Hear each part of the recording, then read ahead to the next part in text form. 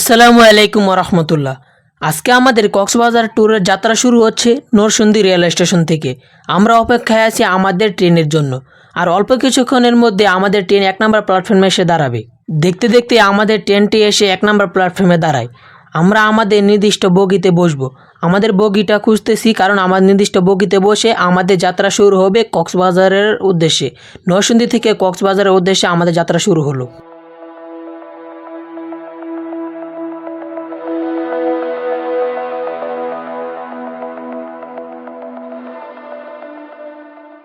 আমরা আমাদের কক্সবাজারের উদ্দেশ্যে যাত্রা শুরু করলাম চাঁদ মামাকে সাথে নিয়ে। চাঁদ মামার সঙ্গে সঙ্গে আমাদের ট্রেনটি সমান গতিতে ছুটে চলল।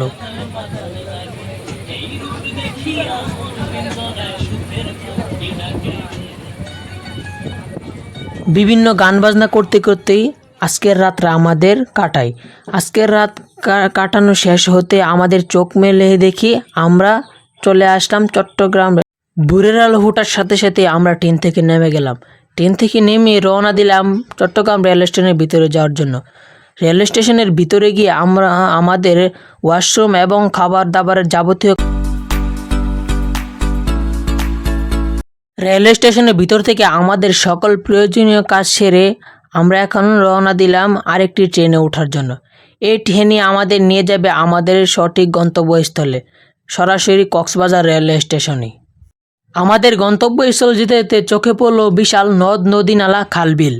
আমাদের গন্তব্যস্থল যেতে যেতে চোখে সূর্য মামার সাথে সাথে আমরা ছুটে চললাম আমাদের গন্তব্যস্থলে কক্সবাজার রেলওয়ে স্টেশন।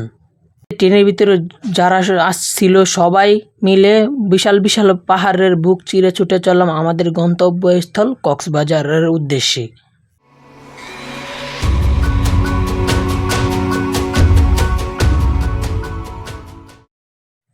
দেখতে দেখতে চলে আসলাম আমাদের সে কাঙ্ক্ষিত কক্সবাজার রেলওয়ে স্টেশন।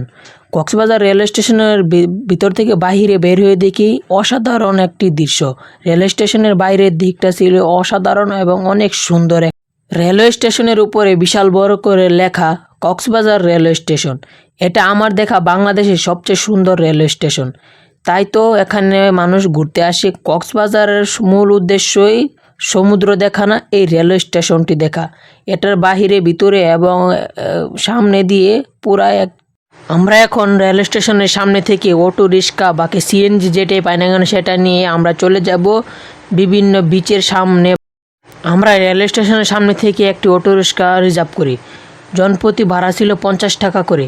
50 টাকা করে আমরা যাই সুগন্ধা বিচে। সুগন্ধা বিচে গিয়ে আমরা ভালো দেখে একটি হোটেলের ব্যবস্থা করব। আর আপনাদেরকে আরেকটা জিনিস জানিয়ে দিই, সেটা হচ্ছে যে অটো ড্রাইভার বা সিএনজি ড্রাইভার থাকবে তাদেরকে দিয়ে আপনারা কিন্তু হোটেল খোঁজানোর চেষ্টা করবেন না। তাদের এটা একটা ব্যবসা, এটা একটা যাদের চক্র। আপনাদের কাছ থেকে বেশি টাকা নেবে কিন্তু হোটেল কম দামে হোটেল খুঁজে দিবে, আবার আপনাদের বিভিন্ন পেছেও ফালাইতে পারে। তাই এদের থেকে সাবধান। আপনারা নিজেরাই চেষ্টা করবেন যে বিভিন্ন ভালো মানের হোটেল দেখে ওঠার জন্য।